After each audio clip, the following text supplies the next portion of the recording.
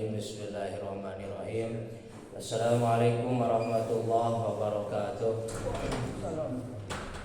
Hamdan wa syukran lillah amma ba'du. Allahumma shalli ala sayyidina Muhammadin al-fatih lima ughliqa wal khatim lima sabaqa nasiril haqqi bil haqqi wal hadi ila siratikal mustaqim wa ala alihi haqqa qadrihi wa miqdarihi al-'azim.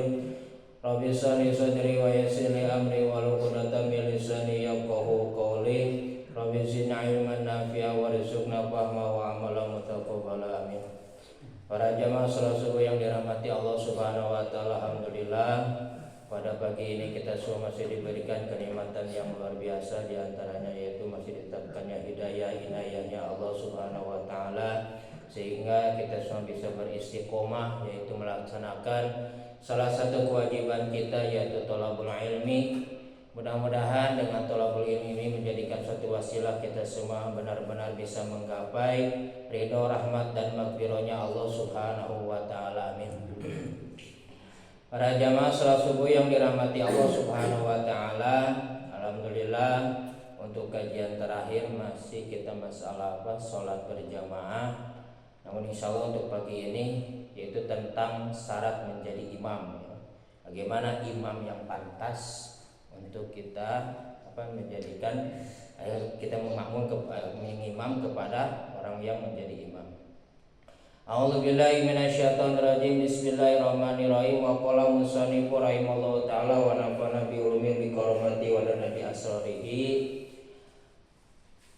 bi ma'rifati syurutil iman wa mi'ala bi taqdimi wa akamul iman khassa bi wa fi hadil fasi masu arba'in, tentang syarat sahnya menjadi imam yang akan diawali tentang imam yang menjadi utama dan hukum imam yang khusus. Bagi imam itu ada hukumnya nanti khusus, ada 4 masalah. Al-mas'alatul ula yakhtalafu fi man aula bil imam faqala Malik. Masalah yang pertama, berbeda pendapat para ulama tentang masalah imam yang lebih utama.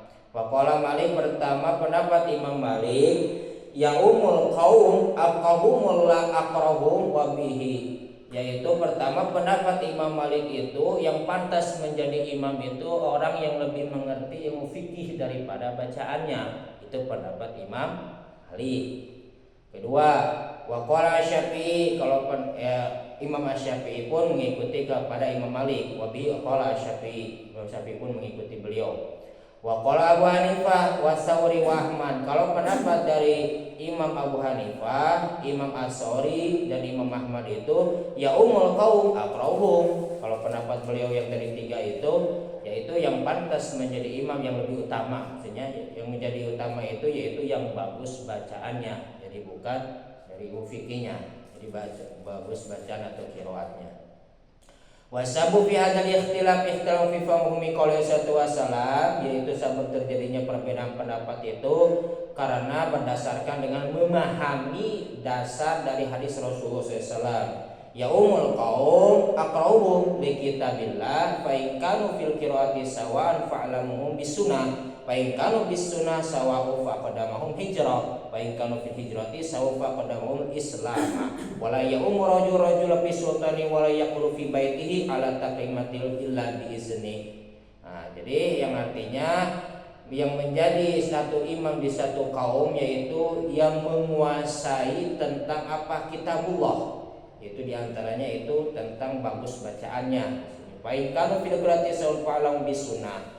Seandainya bukti dalam bacaannya itu sama dengan menghukumi tentang mengerti Al-Qur'an, baik kalau bisunni sawa'un fi aqdamu hijrah. Kemudian yaitu untuk yang lebih bukti tentang menguasai Al-Qur'an itu sama dengan maka yang diutamakan orang yang hijrah. Maksudnya di sini itu ketika orang yang lebih memahami tentang ilmu fikih itu maksudnya. Kemudian fa'inkar bil hijrati sawfa qadaum islam wala yaumur rajul fi sultan. Kemudian tidak boleh menjadi imam kalau seandainya ada tamu ya, kecuali ada izin dari sultan lingkungan, maksudnya yang biasa menjadi imam tersebut di tempat. Kalau ada izin dari orang bahasa kita dari sesepuh ya, kalau ada misalnya sesepuhnya dari daerah setempat, maka kalau ada izin boleh kita mengimam. Seandainya kita paham ngerti ilmu fikih, bagus bacaan. Kalau kita mengunjungi satu daerah, tidak boleh kita menjadi imam kecuali ada izin yang biasa mengimami di kampung tersebut. Itu yang tidak dibolehkan oleh Rasulullah SAW. Kalau seandainya kita mendatangi kampung, kemudian kita merasa paling benar bacaan, paling merasa mengerti fikih, kemudian kita istilah bahasa gaulnya belagu langsung ke depan menjadi imam karena merasa paling pintar, itu tetap tidak boleh. Harus ada izin dari orang yang terbiasa mengimami daerah tersebut. Jadi intinya gitu. Jadi memahami tentang masalah aqra'uhum, di sini ada yang menguasai artinya apa bacaan tentang hadis tersebut, ada juga yang memahami sebagian ulama itu aqra'uhum di sini mengerti tentang ilmu fikih. Itu yang terjadi pendapat itu tentang hadis yang tadi tersebut. Jadi masalah yang pertama yaitu tentang ikhtilaf ulama itu apakah yang lebih utama menjadi imam itu, yaitu sebagian ulama mengatakan orang yang lebih mengerti ilmu fikih, sebagian kaum yang mengerti bacaan Al-Quran atau qiraat. Tapi yang lebih utama dia di samping bagus bacaannya, dia pun mengerti tentang ilmu fikih. Itu yang lebih utama. Kemudian satu sania, masalah kedua, ikhtilafun nas fi imamati shabi alladhi ilmi idza kana qari'an. Ulama pun berbeda pendapat tentang bagaimana nih imamnya anak kecil yang belum balik namun dia pandai dalam bacaan Al-Qur'an. Fa'ajaza dzalika qaumun li ummi hadal asal. Tak kebanyakan tentang masalah hadis yang nanti hadis Umar bin Salam anau kana yaumul qawasabi, tentang membolehkan kebanyakan ulama tentang bolehnya imam anak kecil yang pandai bacaannya, karena ada asal hadis dari siapa? Umar bin Salamah anau kana yaumul qawasabi wa huwa sabiyun, yang mana Umar bin Salam itu pernah menjadi imam di satu kaum dan beliau pun dalam keadaan sobi, masih dalam keadaan kecil, itu belum balik. Wa muni'adzalika qaumun mutlaqon, dan sebagian kaum pun ada yang melarang, sebagian kaum tentang melarang anak kecil yang belum balik menjadi imam walaupun beliau bagus bacaannya. Mutlaqon, melarangnya secara mutlak. Wa jazau qaum fi nafli, ada juga sebagian kaum itu membolehkan imam anak kecil yang pandai bacaan itu boleh melaksanakan sholat sunat saja menjadi imamnya, wala yazufil faridah, dan tidak boleh yaitu ketika sholat wajib tidak boleh anak kecil yang pandai bacaan yang tadi. Wa huwa muri'an Malik, yaitu yang diriwayatkan terutama dari jalur Imam Malik. Jadi Imam Malik itu membolehkan anak kecil yang bagus bacaan untuk menjadi imam itu ketika sholat sunat saja, sholat fardu tidak boleh, dari jalur Imam Malik. Bagaimana dari jalur Imam Syafi'i? Yang Syafi'i tadi ikut Pak Ajaza dari kaumnya itu membolehkan. Kalau dari Imam Syafi'i, Imam Abu Hanifah, kemudian Imam Ahmad bin Hanbal membolehkan dengan catatan yang balik, yang mengerti, yang sudah baik tidak ada, cuma ada anak kecil aja yang lebih pintar baik ilmu fikih atau ilmu bacanya, maka membolehkan. Ya, tapi kalau misalnya ada yang sudah balik dan lebih paham semua ilmu agamanya, itu lebih utama yang sudah balik. Yaitu wasabu khilaf bidzalika yauma idza fi sholati ghairi wajibin alimin wajabas alaihi wa dzalika niat imam wal makmum. Terjadinya perbedaan pendapat itu karena seandainya yaitu tentang mewajibkan atau membolehkannya anak kecil menjadi imam itu karena terutama untuk masalah sholat wajib, karena yang diantaranya wajibnya sholat bagi orang yang sudah balik gitu, makanya diutamakan imam pun yang sudah balik gitu, alasannya diantaranya yang tidak membolehkan itu. Kemudian masa yang ketiga, ikhtilafu fi imamil fasik. Nah, bagaimana ya berbeda pendapat ulama tentang imam yang fasik. Imam fasik itu STMJ ya. Salat terus masih jalan, itu orang fasik namanya ya. Waraduha kaum bitlaq, sebagian kaum itu menolak ya. Jadi kalau imam itu kalau bisa tidak boleh yang fasik. Wa jazaa kaum bitlaq, kedua kaum itu membolehkan secara mutlak. karena wa faraqaba qaumun baina ayyakuna fisqu maqtu'an bihi aw ghairu maktubi. Ada juga sebagian itu membedakan apakah itu sifat fasiknya itu sudah pasti atau cuma sangkaan saja dari sebagian kaum. Wa qalu in kana fisqu maqtu'an bi adu salamu sholli wa abadan. Kalau seandainya kalau sudah pasti maka kita wajib mengulangi sholat kepada imam, mengimami. Ketika kita jadi imam, ada imam fasik tapi dia sudah benar fasiknya itu sudah sudah masyhur gitu ya sifat fasiknya itu, maka kita adu sholat, harus mengulangi sholat sebagian kaum itu.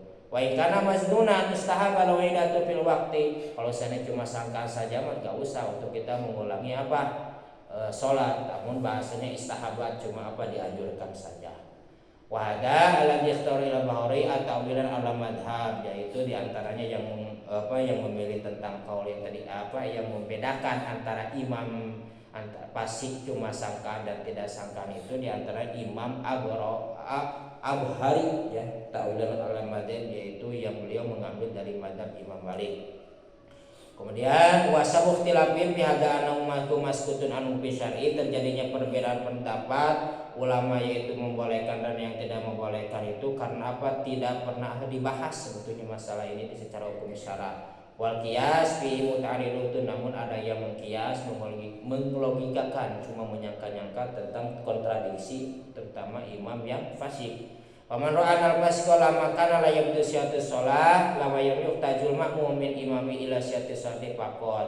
Ada juga yang memanggil terutama memandang imam yang fasik itu yaitu la yabdu syatu shalah, yaitu tidak membatalkan sahnya sholat seseorang. Makanya beliau membolehkan imam yang fasik ya tadi tiap fasik itu sholat terus masih jalan. Kemudian wamin kasa imam ala syahadati wa tiwfasi ayakun sayyatan fasidutin kama itu bisyahadati alayak tiba alayhi imam atahu. Ada juga yang memandang imam itu yang tadi menyangka kalau misalnya fasiknya cuma sangkaan saja maka itu sah katanya, tidak membatalkan sholat. Kalau misalnya sudah benar dia sifat fasik maka tadi juga tetap harus itu sholat, kita mengulangi sholatnya, yaitu dengan catatan sudah pasti. Alasannya tadi karena orang yang fasik itu bisa fasidatus sholat, bisa merusak terutama hukum berjamaah ketika sholat. Masa Rabi'ah, masa yang terakhir, ikhtalafu fi mar'ah, bagaimana nih imam seorang perempuan. Wal jumhur ala annahu la yajuzu an ta'ur rajul, yaitu jumhur ulama tetap sepakat bahwa imam perempuan itu untuk menjadi imam di antara kaum lelaki itu yaitu la yajuzu, tidak boleh jumhur ulama. Waqtalafu fi imatihan nisa fa jaza dalika Syafi'i, boleh juga golongan perempuan menjadi imam itu yaitu untuk golongan perempuan terutama, yaitu pandangan Imam Asy-Syafi'i. Wa min dzalika Malik, tapi kalau pandangan Imam Malik itu tetap perempuan itu tidak boleh jadi imam, mau mengimami perempuan atau apalagi mengimami laki-laki. Wa syada Busari atau Barari wa jaza imtau al-itlaq. Ada yang janggal nih dari siapa? Imam Abu Sur dan atau Ba'ari, yaitu membolehkannya imam perempuan untuk golongan perempuan dan golongan laki-laki. Itu dari golongan dari kaum, yaitu dari Imam Abu Sur dan atau Ba'ari, beliau membolehkan ini, tapi bahasanya asyad, yaitu kaum yang janggal, artinya tidak boleh dilakukan. Jadi gitu. Jadi yang terakhir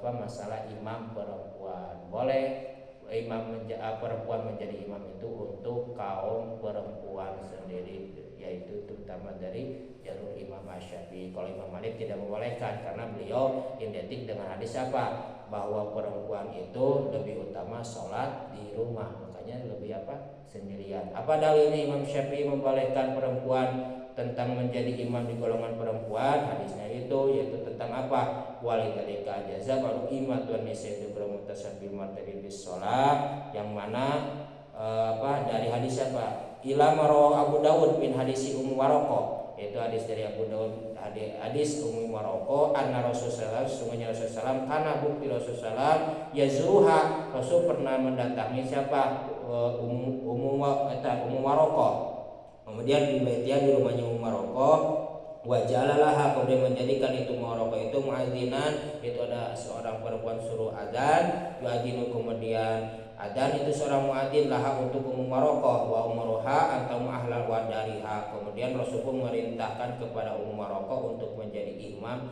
untuk ahli penghuni dari tempatnya rumah Umi Maroko, yaitu dengan kebanyakan dari kaum yaitu Hawa atau kaum wanita pada tragedi tersebut, itu terjadian tersebut. Jadi itu yang dipegang hadis oleh Imam Asy-Syafi'i, bolehnya perempuan mengimami golongan perempuan. Maka barangkali ada pertanyaan? Ustaz, Ya.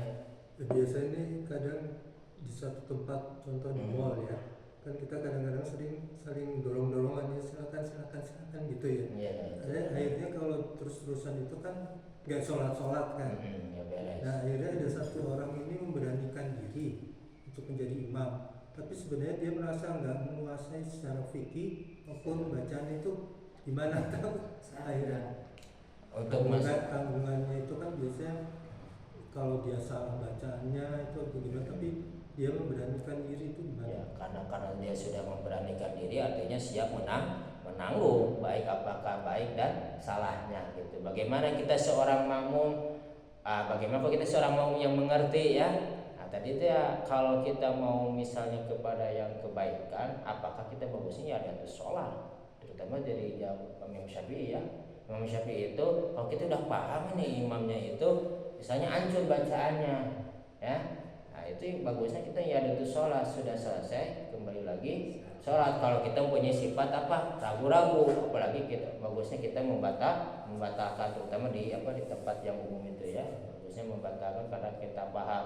Ada juga dari jalur yang lain, nggak apa-apa, kita ikuti aja sampai selesai karena kita ditanggung oleh imam gitu. Jadi itu kembali kepada diri kita. Kalau kita mempunyai keraguan yang begitu mendalam, ya bagusnya ya ada tuh sholat, batalkan dan kembali sholat. Gimana tuh itu kalau kita kan termasuk egois misalnya ya, takut tergolongkan egois, itu kan dalam posisi umum, beda ya, itu dalam posisi umum, beda dengan kita ke masjid gitu ya.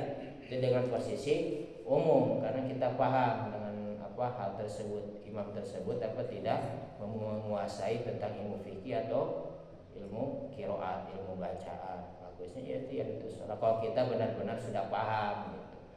Bagusnya kalau dari awal itu kalau kita merasa paling benar, maksudnya paling benar itu merasa menguasai gitu ya, bukan merasa paling benar. Bagusnya kita menjadi imam. Jadi kembalinya kalau kita yang mengerti, dosanya kepada kita. Kita sudah tahu tapi kita tidak berani menjadi imam gitu. Sebetulnya dosanya kembali kita yang sedang mengerti gitu. Kalau misalnya sama-sama tidak mengerti, nah kita ikut aja kepada imam, karena dia menjadi imam itu karena dia siap menanggung apapun gitu, baik kesalahan bacaan, yaitu ini syarat-syarat imam itu siap menanggung begitu. Kalau kita paham, menguasai, kita tidak mau jadi imam, kita yang berdosa gitu. Ya, yang lain? Ya. Saya menemukan hadis di Riyadhus Shalihin juga ada begini bunyinya, salah imam. Rasulullah bersabda bahwa nanti akan datang satu zaman di mana seorang imam mengimami suatu kaum. Ya. Ketika bacaan imam itu rusak, maka sholat jamaahnya tetap sah, dia mendapatkan dosa, tapi jamaah tetap berpahala. Tapi kalau si imamnya bacanya benar, semuanya berpahala. Kenapa si imam berdosa? Karena si imam mau belajar alasannya.